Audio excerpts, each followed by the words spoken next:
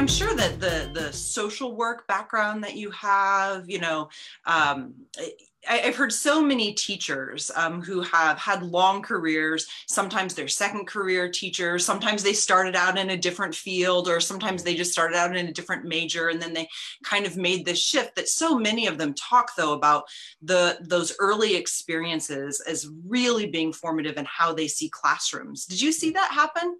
Oh, absolutely. Absolutely. One of the things that really has stuck with me over the years was, as a social worker, a lot of times I was helping the family, the parents really, connect to resources. And then at one moment, I was with a family, and the mother asked me to help the child with their homework. And it just dawned on me, I'm helping this kid with his math homework. And I'm like, oh, that's right. You actually go to school. But Yeah. my interaction was more at policy and connecting them to different departments. Right. So I didn't interact with the children as much, besides making sure that they were safe.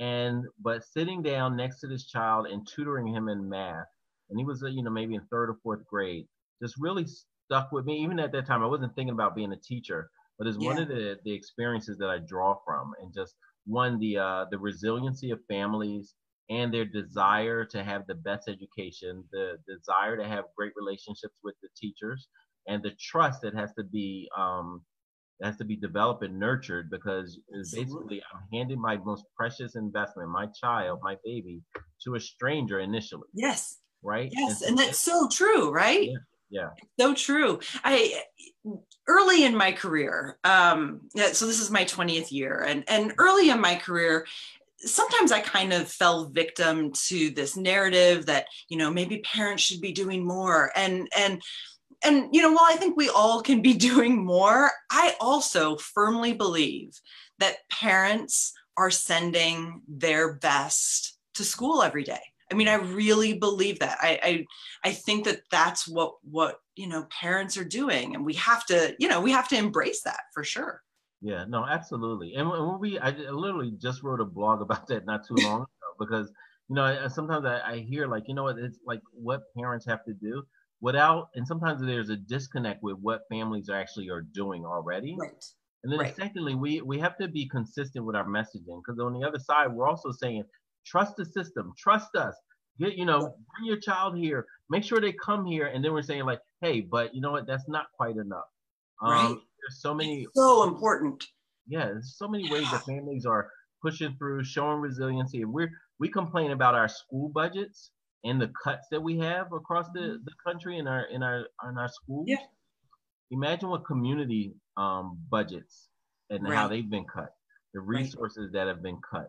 Like that impacts children and families doubly in Yeah. the school, where we're And not able to offer as much, and as well as home in the community. right. And we Right. have to be more conscious and cognizant of that.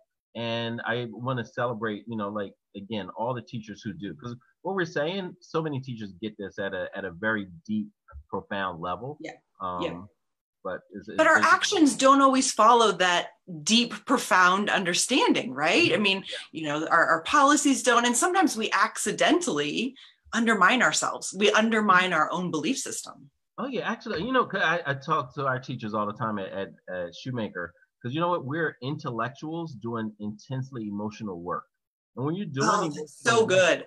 it sometimes it causes you to forget, right? Like your brain works on efficiency, and so it'll have a shortcut, and it'll take you back to some place where you were before you had these great experiences, or just take you Yeah. back and say, like, hey, I'm frustrated, and so who do I blame? And that's human nature. When you're Right. frustrated, the first thing you're doing is looking around. Who caused my frustration? Yes. And unfortunately, sometimes the cause of the frustration are the very kids that we love and that we Yeah. swore that we would serve. And sometimes Absolutely. they catch the backlash, whether not, Mhm. you know what I mean, I do. directly, but sometimes indirectly. And Yeah. like, our mindset as educators is the most important thing.